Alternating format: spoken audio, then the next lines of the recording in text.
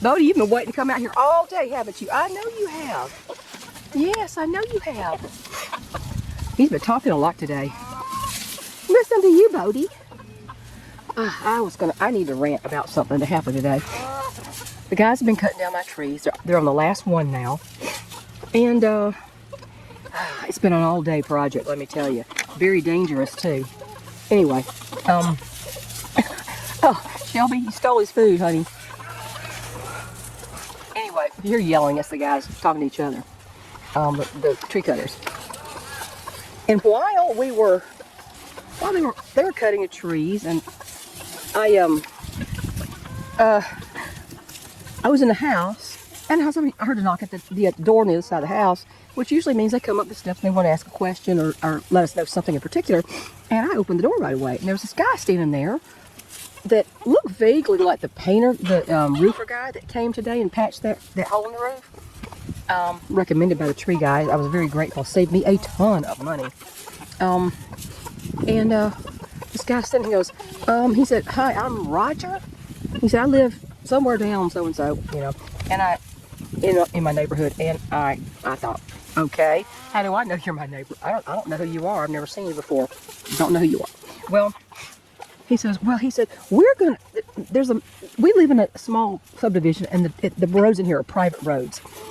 We pay about, I don't know, voluntarily now. There's no homeowners association. Voluntarily pay, $120 a year or $10 every month, whichever one somebody can afford, to help with the paving of the road. Well, the main road that comes into the subdivision has a hill at the beginning. It's not a big steep hill, but when it's icy and snowy, if you don't have four-wheel drive or all-wheel drive, you may not make it up there.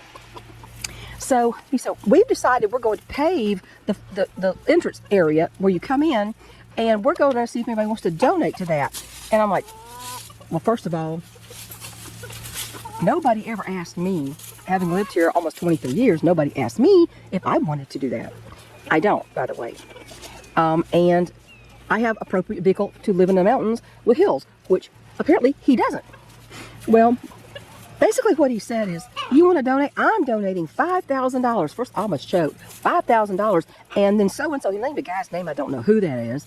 He said, he's also going to contribute $5,000. And I said, do you see those trees getting cut down the back? I said, that's going to cost me $5,000, almost $5,000. It was actually almost, not quite. With the roofing, it is almost. And I said, that's going to cost me almost $5,000. And that's the second time this year. The second tree cutting session this year. And he said, well, I just realized that people don't have the same finances and all that. He said, think about it and let me know. And I should have just said at that moment, don't bother coming back. I'm not going to donate to that. First of all, nobody asked me if I wanted it. I don't. And second, well, we made this decision. I don't know who we is. There is no homeowners association, and he doesn't even have a house in here, as far as I know. Apparently, I found out by county records, he owns like a 34-acre tract down the road in this area. It's not really my subdivision because it's across the street from it. People on the other side of the street, on the main road coming in, are not in the subdivision. Only loosely called a subdivision. And I thought, you're coming here telling me somebody has decided. You didn't ask me, you didn't ask people who lived here. And you say, oh, I've decided and we want money. It's like, what kind of nerve is that? And I was so astounded by him coming up there. You don't usually come into my gate. I don't know who he is. I had to take his word for it. He's that. And so I thought, how the nerve of that? That just really makes me angry. So I was raging all over the place. And I thought, I'm going to call. There's a lady that actually collects the money for the road fund that people donate, to get it re-rocked and graded once a year. And I said, I'm going to call her because she's been around since she was here before we got here. And she used to buy eggs from me when I had extra eggs. She used to buy eggs from me. Super nice lady. I asked her how she was and all that. I said, we hadn't talked for a very long time, and I just wanted to see how you're doing. And I said, I had a couple of questions for you. I said, I told her that this guy says his name's Roger shows up at my door. She goes, yeah, that's Roger Remington or something like that. He got a name that's like a porn star or something. And she said, he's the one that's been scraping the road. She said, doesn't really have the proper equipment to do it, so it's kind of been a mess.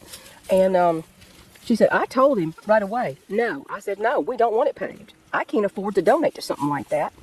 And it's really not that. I'm thinking, how many feet is that? It's probably about 30 feet of road until you hit the more it levels out. It's not that much. And she said the current estimate was like $19,000. I'm thinking, oh my gosh. At first, I don't want it.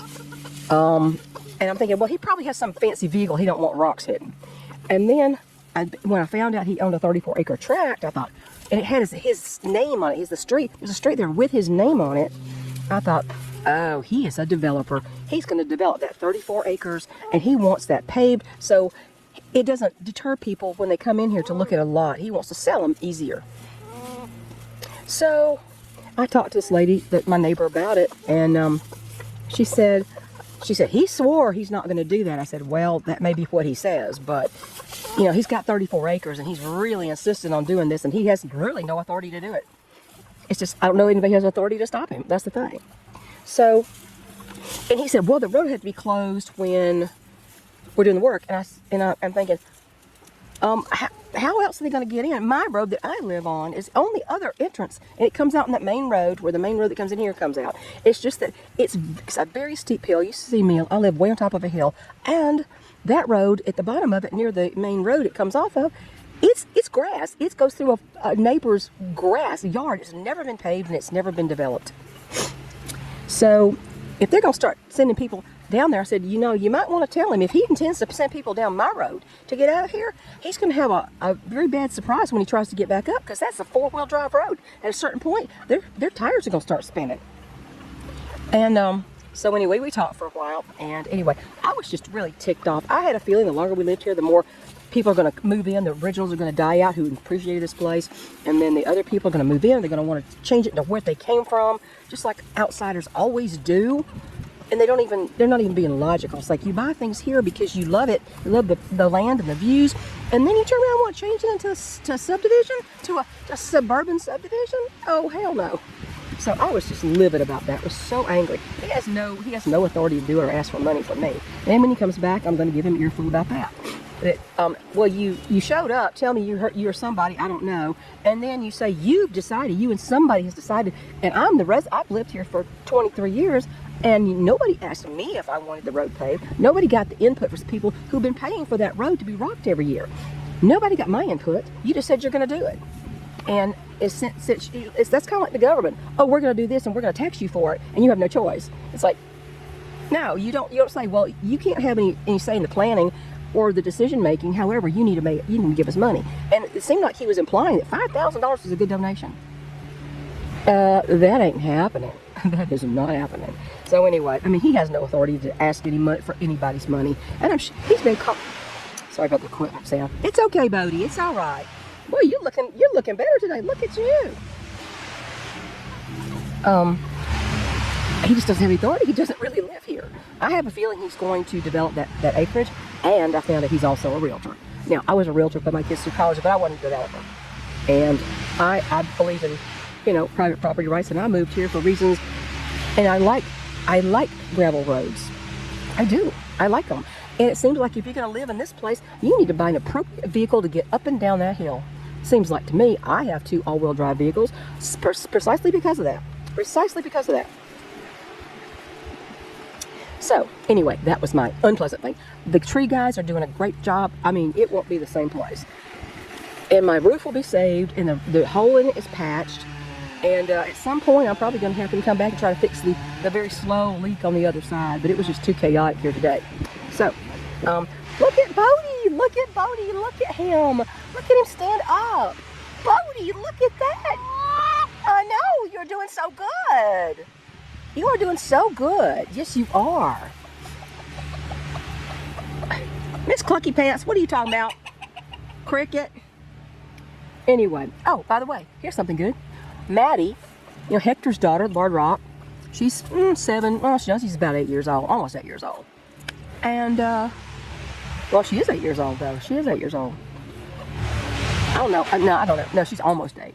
Don't get in your water bowl, Bodie. She's almost 8, and she hasn't laid an egg in 2 years. She laid an egg today. I was shocked. Oh, Bodie. Oh, my goodness. It's okay, honey. You okay? I'm going to have to move that water bowl for him so he don't keep stepping in it. But anyway, that was my rant for the day. And good news about the egg, about Maddie laying. And Bodie seems to be doing pretty good. He's very talkative today, which is a good thing. It's a different bird than it was 2 weeks ago. So I don't know if it's going to mean he's going to survive or not, but he seems to be doing all right now. So I'll get going. I got to go check on what's going on at my house, and I'll talk to y'all later. Bye.